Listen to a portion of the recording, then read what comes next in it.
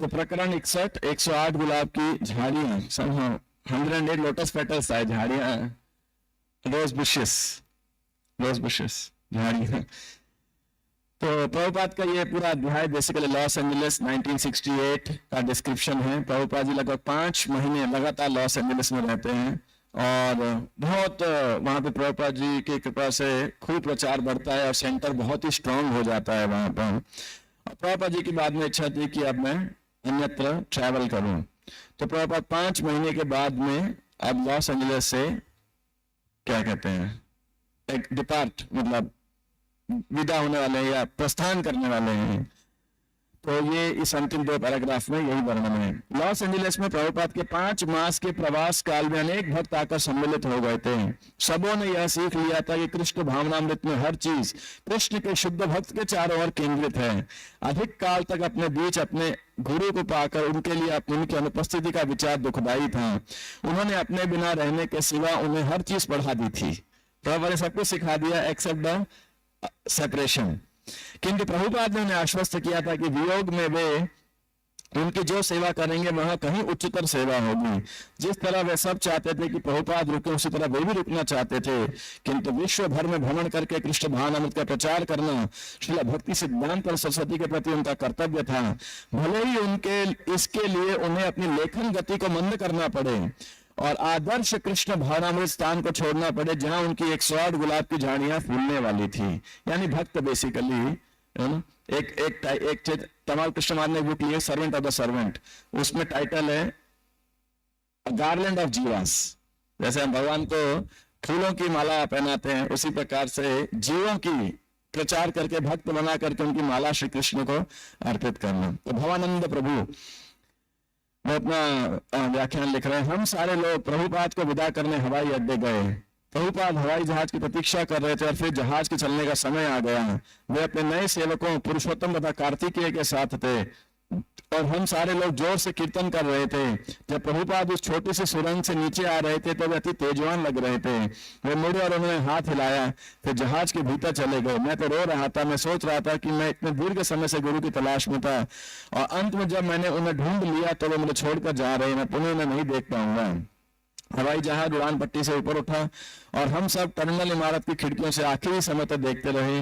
जिस तरह से कृष्ण गोपियों को छोड़कर मथुरा चले गए, उसी तरह से हम हवाई जहाज के पूरी तरह से ओझल होने तक देखते रहे। श्रील प्रभुपाद की जय।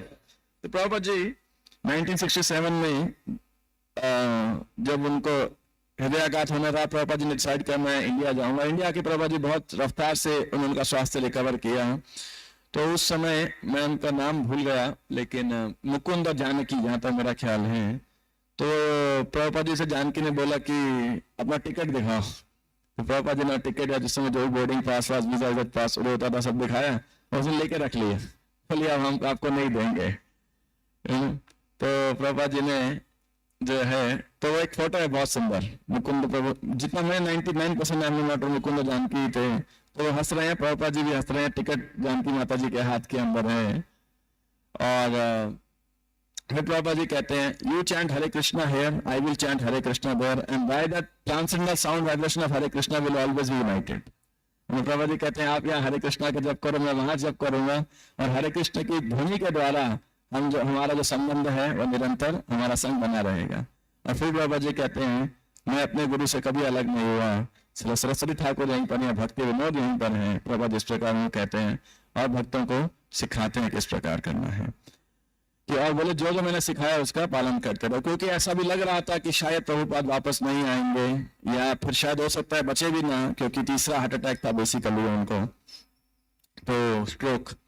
तो इस प्रकार से यह अभ्यास समाप्त होता है। अब प्रकरण 62, तो अगस्त 1969, तो ये अगस्त 1968 जब अक्टूबर 68 सॉरी जब था, तो प्रभुपाद जो है बोला करते थे एक्चुअली मॉन्ट्रियल के अंदर, हम सॉरी जब मॉन्ट्रियल में प्रभुपाद थे तो बोला करते थे कि मैं अब यूरोप भेजना चाहता हूँ भक्तों को, यूरोप में केंद्र खोलना चाहता हूँ।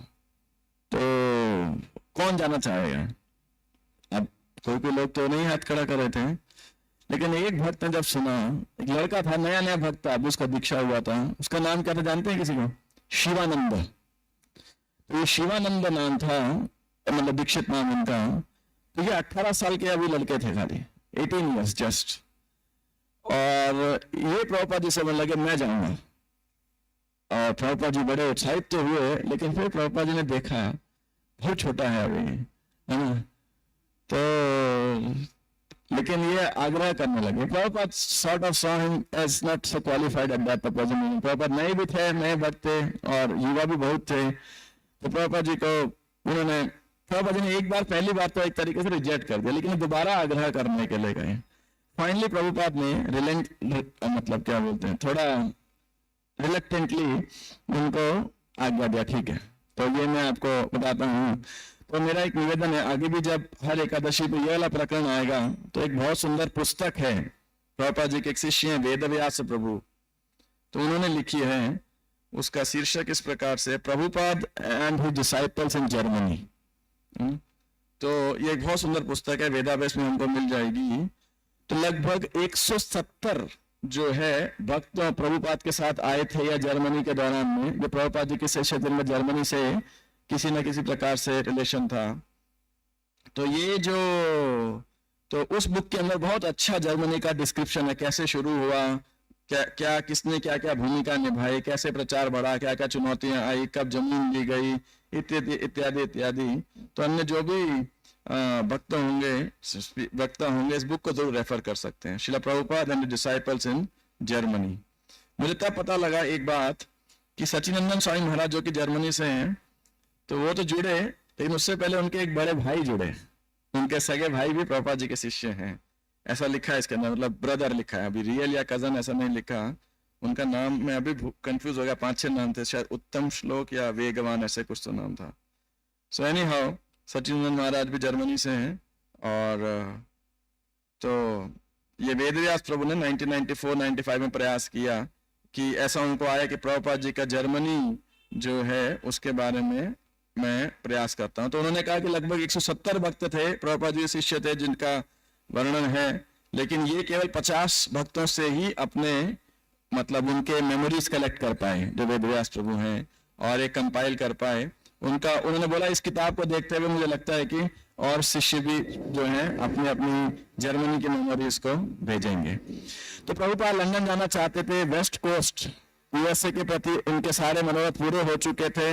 अब वे नए महाद्वीप में यात्रा करने और प्रचार करने के इच्छुक थे। इंग्लैंड में उनके शिष्य यद्यपि लंदन में सार्थक प्रभाव डाल रहे थे, किंतु अभी तक मंदिर नहीं ढूंढ पाए थे।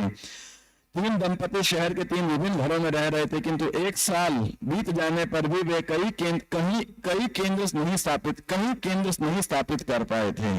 1 साल बीत गया लेकिन अभी सेंटर को एस्टेब्लिश नहीं हुआ था। किंतु जर्मनी में अब हुआ क्या, ये शिवानंद प्रभु पहले लंदन ही गए थे, तो इससे पहले भी ये 2 बारी वहां जा चुके थे।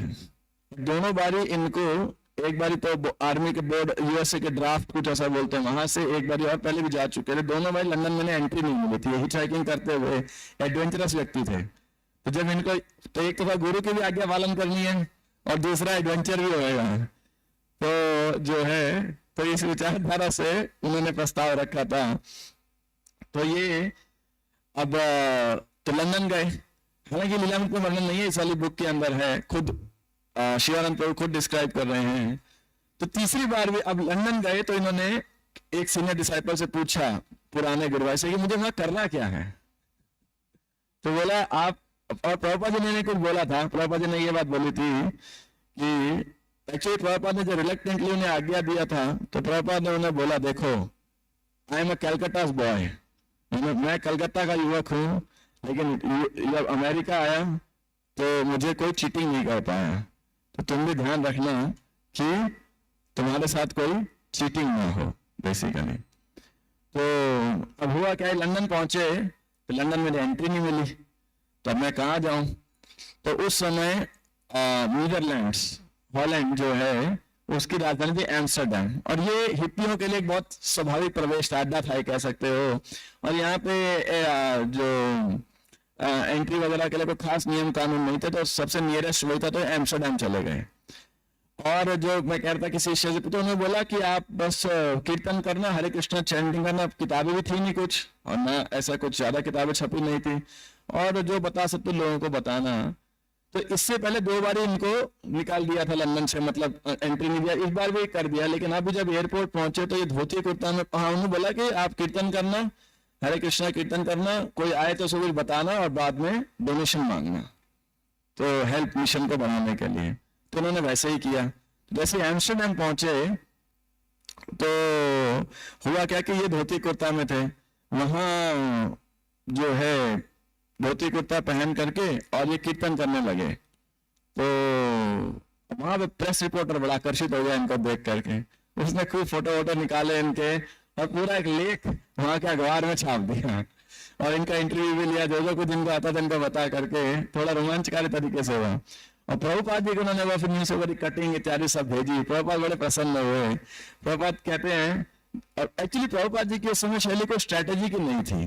प्रभुपाद का अगर हम डिस्क्रिप्शन पढ़ेंगे तो वो जैसे कृष्ण उनको लेके, कृष्ण की जो भी योजना थी उस पर शरणागत थे, तो हर जगह कृष्ण की योजना देखते थे। तो प्रभुपाद जी इनको भी लिख रहे हैं, देखो ये कृष्ण की योजना थी कि कृष्ण तुम्हें एम्स्टर्डम लेके जाना चाहते थे, इसलिए लंदन में प्रवेश नहीं मिला। तो फिर तुम एम्स्टर्डम के अंदर जो है प्रचार करना चालू करो बेसिकली। और तो अब मैं लीला मिश्र से फिर आगे पढ़ता हूँ इस भूमिका के साथ में। तो किंतु जर्मनी में युवा शिवानंद ने अपने आने के कुछ ही महीनों के भीतर एक छोटा सा स्टोर फ्रंट मंदिर खोल दिया था। प्रभुपाद ने जल्द से जल्द शिवानंद के पास जर्मनी जाने का निश्चय किया, जहां से वे इंग्लैंड चले जाएंगे जैसे ही उन्हें वहां बुलाएंगे। तो बोलोगे भाई अभी तो ये मैं एम्स्टर्डम कह रहा हूँ और ये जर्मनी कैसे पहुंचे? तो हुआ क्या कि एम्स्टर्डम में इन्होंने देखा कि ज्यादा वहां पे कुछ परिस्थितियां ऐसी थी कि वहां पे 1 हफ्ता करीब रहे ये, कि वहां पे इतना अपॉर्चुनिटी नहीं है कृष्ण वहां भी प्रचार करने के लिए। और समहाउ प्रभुपाद का भी इंक्लिनेशन उन्होंने देखा जर्मनी जाने के लिए, तो ये फिर जर्मनी गए बेसिकली। तो लीला में तो वर्णन नहीं है, लेकिन जर्मनी में पहले गए, जितना मेरा ख्याल है बर्लिन उसकी कैपिटल थी वो। लेकिन वहां पर जो है इस समय पूरा वॉर जब हुआ था, आज अभी तक भी बिल्डिंग्स ऐसी थी जिनके अंदर जो गोलियों के निशान थे, असले के, जो भी युद्ध के। तो और वहां पे भी कृष्णा कॉन्शियसनेस पर काफी प्रयास किया मैंने, लेकिन उतना ज्यादा सफलता मिली नहीं। कुछ दिक्कत आई जिसके कारण एक सबसे नियरेस्ट जो बड़ी सिटी थी हैम्बर्ग, तो हैम्बर्ग में गए। तो इसीलिए यहाँ पे सीधा सीधा जो वर्णन आता है वो हैम्बर्ग का आता है इसके, क्योंकि ये तो सबसे मैंने लिखा है तो जितना वो ढूंढ पाए, ये किताब बाद में लिखी गई तो जर्मनी वाली किताब है। तो हैम्बर्ग में केवल 4 शिष्य तथा कुछ मित्र थे। टू फास्ट फॉरवर्ड, मतलब अभी उनको लगभग साल हो चुका है शिवानंद प्रभु को यहाँ पर, और इसमें से 2 भक्त यहाँ बने भी। इसके अलावा 2 भक्त प्रभुपाद जी ने भेजा था, जो उन्होंने वो भी लंदन आना चाहते थे। प्रभुपाद ने कहा जर्मनी चले जाओ, शिवानंद को मदद करो। तो वो 2 भक्त आए, उनमें से एक भक्त जो है वो थोड़ा परेशान होकर वापस भी चला गया, यूएस से वापस चला गया। और दूसरा भक्त भी सोच रहा था कि मैं भी चले जाता हूँ, मतलब तीसरा भक्त जो दोस्त इनके साथ थे। तो प्रभुपाद जी को पता लगा, प्रभुपाद जी ने पत्र लिखा, नहीं उधर ही रहो। अभी प्रभुपाद जी ने को ये भी लिखा कि देखो अभी एक मेरे को जर्मन वो मिला है, कोई शिष्य यूएसए के अंदर 15 साल जर्मनी में रहा है, और वो मतलब पढ़ा लिखा व्यक्ति है, और वो जर्मनी भाषा में ये बैक टू बॉर्डर पेपर को ट्रांसलेट करेगा बेसिकली। तो उधर ही रुको। फिर एक और भक्त आया। तो ऐसे करके ये 4 भक्त हो गए, 4 शिष्य, ये 4 शिष्य हो गए और कुछ मित्र थे। जब उन्होंने सुना कि प्रभुपाद आना चाहते हैं तो सर्वप्रथम कुछ मोहग्रस्त हुए, यद्यपि प्रसन्न थे। उन्हें विश्वास नहीं था कि उनका पर्याप्त धन है, क्या उन्हें कैलिफोर्निया से यहाँ तक का मार्ग व्यय देना पड़ेगा, और उनके सचिव का टिकट क्या व्यय। उनके पास एक छोटा सा स्टोर फ्रंट था, तो प्रभुपाद ठहरेंगे कहाँ? प्रभुपाद को आना चाहते हैं तो फिर आने जाने का खर्चा देना पड़ेगा, प्रभुपाद आएंगे एंटर आ जाएगा, पैसा है नहीं। तो उनके मंदिर में अधिक लोग आते भी नहीं थे, तो प्रभुपाद हैम्बर्ग में करेंगे क्या? तो प्रभुपाद उनकी भ्रांति को भाप गए जब उन्होंने कैलिफोर्निया के गलत पते पर आइसलैंडिंग एयरलाइन का डिस्काउंट टिकट भेजा था। तो प्रभुपाद ने 5 अगस्त 1969 को लिखा, इन पत्रों से लगता है कि चीजें अभी भी सुस्थिर नहीं है, अतः ऐसी परिस्थितियों में जल्दी करने से कोई लाभ नहीं होगा। पहले सारी चीजें ढंग से स्थिर कर लो, और जब तुम्हें मुकुंद से तथा घर से धन मिले तो टिकटों का प्रबंध करना, हर चीज ठंडे दिमाग से करना। तो जब पैसा नहीं था तो शिवानंद आए कैसे यूएसए से यहाँ पर? क्या वो यूएसए से आए कैसे? तो इन्होंने अपनी माता श्री को बोला, हिचहाइकिंग पहले भी करते थे, कि आप टिकट का पैसा दो। इनकी माता श्री ने इनको पैसा दे दिया टिकट का। तो बाद में भक्त तो नहीं बनी, लेकिन शिवानंद को लिख रहे, लेकिन उन्होंने चैतन्य महाप्रभु के आंदोलन में, मिशन में असिस्ट जरूर किया, सहायता जरूर किया। तो ऐसा बता रहे उनकी माता श्री ने। और तो यहाँ पे 1968 में जब शिवानंद ने श्रील प्रभुपाद से मॉन्ट्रियल में यह सुना था कि वे कृष्ण भावनामृत को लंदन ले जाना चाहते थे, उसने वहां जाने के लिए पूछा था। पहले तो प्रभुपाद को संदेह हुआ था कि क्या ऐसा अनुभवहीन युवा किसी बाह्य देश में अकेले जा सकता है, किंतु जब शिवानंद ने जिद की तो प्रभुपाद ने अनुमति दे दी थी, किंतु आगाह किया था, सावधान रहना। जब मैं न्यूयॉर्क आया तो पुराना कलकत्ता का लड़का था और मैंने कभी धोखा नहीं खाया। शिवानंद के पास बहुत कम धन था, किंतु अगस्त 1968 में उसकी माता ने इंग्लैंड जाने के लिए धन दिया। लंदन आव्रजन अधिकारियों, इमिग्रेशन ऑफिसर्स ने प्रवेश करने से मना कर दिया और वह एम्स्टर्डम चला गया था। वहां उसे धोती पहनकर सार्वजनिक कीर्तन करके समाचार पत्रों तथा जन साधन का ध्यान आकृष्ट कर लिया था। उसने प्रभुपाद के पास समाचार की कतरें तथा एक पत्र भेजा था जिसमें उत्साह तथा अकेलेपन की चर्चा की थी। शिवानंद की निडरता से प्रचार प्रकृति से प्रभावित होकर प्रभुपाद ने उसे आध्यात्मिक पिता की तरह अपने पुत्र को लिखा था।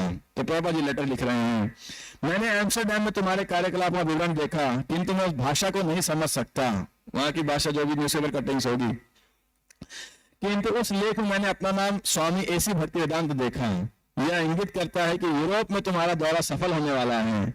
मुझे आशा है कि तुम्हें यह पत्र प्राप्त होगा और तुम अधिक धैर्यवान बनकर सदैव हरे कृष्ण कीर्तन करोगे। मैं इसी तरह से असहाय न्यूयॉर्क आया था और तुम्हारी तरह के तमाम अनुयायी मेरी सहायता करने के लिए आगे आए। अतः तुम निराश मत होना, तुम भरसक प्रयास करना, कृष्ण तुम्हें सभी तरह से सहायता करेंगे। जहां तक मैं समझ सका हूं, फिनलैंड का एक युवा तुम्हारे साथ हो लिया है। इसी तरह से अनेक लोग आकर तुम्हारा साथ देंगे, क्योंकि सारे संसार को कृष्ण भावनामृत की आवश्यकता है। मेरे गुरु महाराज क्या करते थे, इस संसार में कृष्ण भावनामृत के अतिरिक्त और किसी चीज की आवश्यकता नहीं है। तुम अपने वर्तमान मनोभाव को अक्षत बनाए रखो, तुम अपने गुरु पर अला कृष्ण पर श्रद्धा रखो, सब कुछ ठीक हो जाएगा। तुमने पहले ही सफलता के रहस्य निष्ठा को अपना रखा है, तुम उसी मानसिकता को बनाए रखो, कृष्ण तुम्हारी सहायता करेंगे। तुमने लिखा है, मैं सचमुच ही प्रभुपाद तथा अपने गुरु भाइयों के साथ से वंचित अनुभव करता हूं, किंतु मैं यह तुम्हें याद दिला दूं कि मैं सदैव तुम्हारे साथ हूं। मैं जहां भी हूं तुम्हारे गुरु भाई वहां होते हैं। तुम सदैव उस विनम्र शिक्षा को याद रखो जो तुमने मुझसे प्राप्त की है, उससे तुम मेरी तरह अपने गुरु भाइयों की संगति प्राप्त करोगे।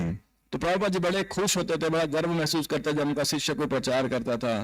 एक्चुअली कृष्ण भावनामृत की एक कुंजी भी है कि असहाय अवस्था के अंदर किसी अलग क्षेत्र में जा करके प्रचार करना जहां पे कोई मदद ना हो। मैंने आज से कई साल पहले जयद्वैत स्वामी महाराज से सुना था, अफ्रीका के अंदर 53 कंट्रियां हैं, इस्कॉन की सिर्फ 16 कंट्रियों में रिप्रेजेंटेशन है। बोले 37 कंट्रियां खाली हैं, कौन कौन तैयार है जाने के लिए, प्रचार करने के लिए। तो कहने का अर्थ है कि उस समय जो कृष्ण की आचार्य की अनुभूति होती है तो वो बहुत ही भक्ति में जो है प्रेरणा देने वाली है। और श्याम सुंदर प्रभु जो प्रभुपाद जी के शिष्य थे वो कहते हैं कि देखो प्रभुपाद जी ने हमें क्या शिक्षा दी, इतनी बड़ी चुनौती लो कृष्ण के लिए, इतना बड़ा चैलेंज लो कि कृष्ण को स्वयं बचाने के लिए आए कि भाई इसके बस की तो है नहीं, मुझे जाना पड़ेगा।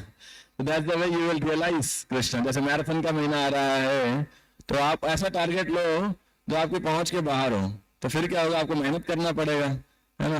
तो मैं हमेशा मैराथन में जब भी क्लास में जाता हूँ तो यही कहता हूँ कि मैराथन का महीना ये है कि आपको नींद नहीं आनी चाहिए। सारा दिन हमारा यही मेडिटेशन है, किताबें कैसे बांटे हैं, और इस चक्कर में इतना बड़ा टारगेट है, नींद कैसे आएगी, है ना।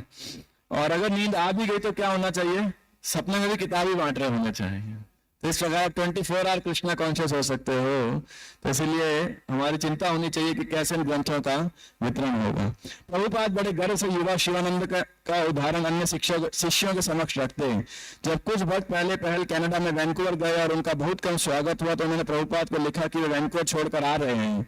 इस पर प्रभुपाद ने उन्हें शिवानंद का उदाहरण दिया तुम्हें जानकर प्रसन्नता होगी, उसने कुछ एक दिनों में जो कुछ भी किया अब वह फोटो सहित एक स्थानीय समाचार पत्र में प्रकाशित हुआ है। यद्यपि वह अकेला है तथापि उसकी यूरोप की यात्रा अभी तक सफल है।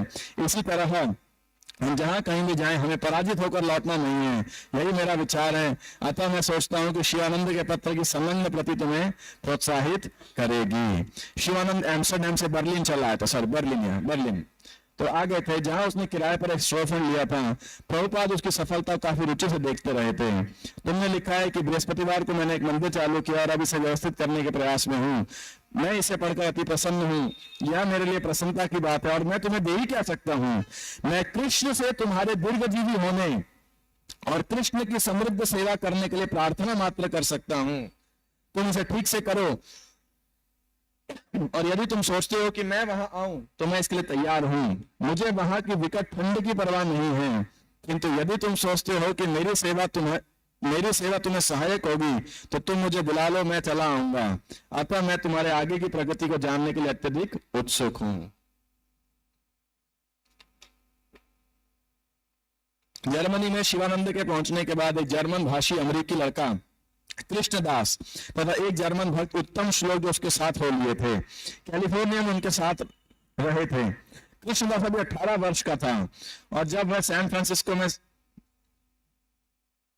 एक सराफ का सहायक, ज्वेलर का सहायक था, वह आश्वस्त था कि जर्मनी में भी वह ऐसा ही कार्य कर सकता है जिससे वह मंदिर चला सकता है। अब उन सबों ने बर्लिन केंद्र को बंद करके हैम्बर्ग जाने का मन बना लिया था। प्रभुपाद को उम्मीद बढ़ रही थी कि वे जर्मनी से बुद्धिमान लोगों को आकृष्ट कर सकेंगे, किंतु दिसंबर मास में जब उन्हें शिवानंद का यह पत्र मिला कि वह यूरोप छोड़ने वाला है तो प्रभुपाद को धक्का लगा। यह उसके आने के 5 मास बाद का पत्र था। अब देखिए, ये भी हमें कई बार हमारे इस्कॉन के इतिहास में इस तथ्य को बहुत उजागर किया जाता है कि प्रभुपाद के शिष्यों ने किस प्रकार संघर्ष किया, सेंटर खोला, किस प्रकार चुनौतियां ली। लेकिन इस इतिहास को कम उजागर किया जाता है कि प्रभुपाद को भी क्या क्या चुनौतियां फेस करनी पड़ी उसके अंदर। क्योंकि जो विदेशी लोग थे, no criticism to western devotees, वो समर्पित थे, लेकिन उनमें से अनेक भक्त बहुत युवा थे और उनके मन भी बड़े अशांत थे, क्योंकि उनका western bodies generally mean change. हमारे भक्ति माधव गोविंद महाराज थे, वो कहते थे Murali Krishna the westerner, every time you want some change. उनका रूम में रहता था, कहते थे तुम हमेशा कुछ चेंज करते रहते हो। मैं कुछ सामान इधर का उधर सेटिंग करता रहता था, फैला रहता था, तो कहते every time I come, you always come make some change, this western mentality. तो अब इन्होंने भी ये भी सोच रहे थे कि अब यूरोप बहुत हो गया, वापस अमेरिका जाता हूँ। एक तो अकेलापन और उसके बाद में भाषा के लिए भी इनको, एक्चुअली एम्स्टरडैम में भाषा नहीं आती थी तो कहीं किसी को पकड़ करके वो ट्रांसलेट करा लेते थे। यही उन्होंने बर्लिन में किया, आगे हैम्बर्ग में भी किया। तो प्रभुपाद ने उन्हें फिर ये पत्र लिखा, क्योंकि प्रभुपाद वैसे तो प्रभुपाद कृष्ण पर निर्भर थे, लेकिन अपने शिष्यों पर निर्भर थे इस प्रचार कार्य को आगे बढ़ाने के लिए। तो प्रभुपाद का पत्र है, मैं सदैव प्रसन्न रहता था कि तुम मंदिर की देखभाल के जर्मनी में हो, किंतु तुमने लिखा है कृष्णदास भी सहसा परिवर्तन से इंग्लिश वर्ड है। हाँ, तो उन्होंने सोचा कि हम छोड़ के जाते हैं, तो कृष्णदास भी सहसा परिवर्तन से विशुद्ध हैं। तुम्हारे पत्र से यह स्पष्ट नहीं हो रहा है कि तुम कहाँ जा रहे हो, मॉन्ट्रियल को जा रहे हो या अपनी माता के लिए काम करने के लिए न्यू वृंदावन आ रहे हो। तुम्हारी योजना बिल्कुल अस्पष्ट है, जैसे होती है यूथ में। होता कैसा, क्योंकि पूरा सब हेजी रहता है एकदम, क्या करना है क्या नहीं करना है, सपने बहुत सारे होते हैं, ख्याली पुलाव बहुत सारे होते हैं, पक्का कुछ भी नहीं है ना। तो तुम्हारी योजना बिल्कुल अस्पष्ट है। मेरे विचार से तुम अपने हैम्बर्ग केंद्र में तब तक रहते रहो जब तक तुम मुझे यह लिख नहीं भेजते कि तुम जर्मनी क्यों छोड़ रहे हो और तुम कहां जाकर ठहरना चाहते हो। हो सकता है कि जर्मनी में तुम्हें कुछ कठिनाई हो रही हो, उस स्थिति में तुम मुझे सूचित करो कि जिससे हम तुम्हारी समस्या को हल कर सकें। तुमने लिखा है कि तुम्हारी भक्ति के लिए स्थान को छोड़ना ही सबसे अच्छा होगा, किंतु तुम यह जान लो कि गुरु की शिक्षाओं के बिना भक्ति का प्रश्न ही नहीं उठता। अतः मेरे विचार से तुम हैम्बर्ग केंद्र में रुके रहो जब तक मैं तुम्हें अगली सलाह न दूं। मैं तुम्हारे पत्रोत्तर की उत्सुकता पूर्वक प्रतीक्षा करूंगा। तो ये जो विम्सिकल मेंटालिटी है, I think this is good for my spiritual life, I think that is good for my spiritual life, Prabhupada इसको रिकमेंड नहीं करते हैं। प्रभुपाद ये कहते हैं कि गुरु की शिक्षाओं के बिना भक्ति का प्रश्न ही नहीं उठता है. It is not devotional service when I say I want this, I want this, I want that, I want this. ये भक्ति नहीं है. भक्ति है गुरु की क्या आवश्यकता है वो करने के लिए. प्रभुपाद जी ऐसा लिख रहे हैं यहाँ पर. शिवानंद रुके रहने के लिए राजी हो गया, तो ही स्टेट बैक. इस बार भी प्रभुपाद ने अन्य युवा शिष्य अच्युतानंद को लिखा था. साइमल्टेनियसली क्या हो रहा था, प्रभुपाद जी के शिष्य थे अच्युतानंद प्रभु, बाद में अच्युतानंद स्वामी, वो इंडिया आए हुए थे. और आपने देखा होगा बहुत सारे भजन गाए अच्युतानंद स्वामी ने, आपने सुने होंगे. अभी तो कम मिलते हैं, लेकिन पहले टाइम में जब मतलब मैं जब छोटा था तो वन ऑफ द सबसे रिकॉर्डिंग्स अगर किन्हीं की मिलती थी इनकी, बयासकी प्रभु की इत्यादि, तो ये अच्युता और वैष्णव सॉन्ग बुक भी जो भजन है उसको कंपाइल करने में इनका बड़ा योगदान रहा है अच्युतानंद स्वामी का. तो वो भी अब भारत में रह के अकेले रह के थोड़े परेशान से हो गए थे, तो छोड़ के वापस आना चाह रहे थे. तो प्रभुपाद ने उन्हें भी लिखा था कि वे अपना पद ना छोड़ें. प्रभुपाद द्वारा अपने शिष्यों को लिखे अधिकांश पत्र उन्हें प्रोत्साहित करने के लिए होते थे, किंतु ऐसे अवसरों पर उन्हें यह बताने के लिए होते कि वे अपने काम में लगे नहीं, उसे छोड़े नहीं. विदेश में एक भी व्यक्ति को रखना अति महत्वपूर्ण था. यदि शिवानंद अत्यधिक सक्रिय प्रचार न भी करे, यदि निष्ठावान शिष्य कहीं पर टिका भर रहे तो सब कुछ टिका रहेगा, ठीक हो जाएगा. अतः शिवानंद टिका रहा.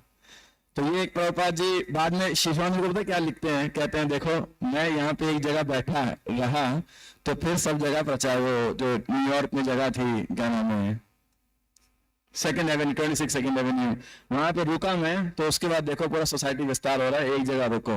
एंड प्रभुपाद रिक्वेस्ट, प्रभुपाद बाद में खुद हैम्बर्ग जाते हैं और उसकी कथा का कुछ वर्णन लीलामृत में आएगा और बाकी डिटेल इसके अंदर है. नेक्स्ट एकादशी में भक्त उसकी चर्चा कर सकते हैं. शिला प्रभुपाद की जय. शिला प्रभुपाद जर्मनी यात्रा की जय. टीचिंग इन जर्मनी की जय. गौर प्रेमानंदे हरि हरि बोल. श्री उत्पन्ना एकादशी की जय. नरहरि सरकार की जय. कोई प्रश्न टिप्पणी किसी का है अगर? वैसे तो होना नहीं चाहिए लेकिन फिर भी. Thank you very much. Hare Krishna.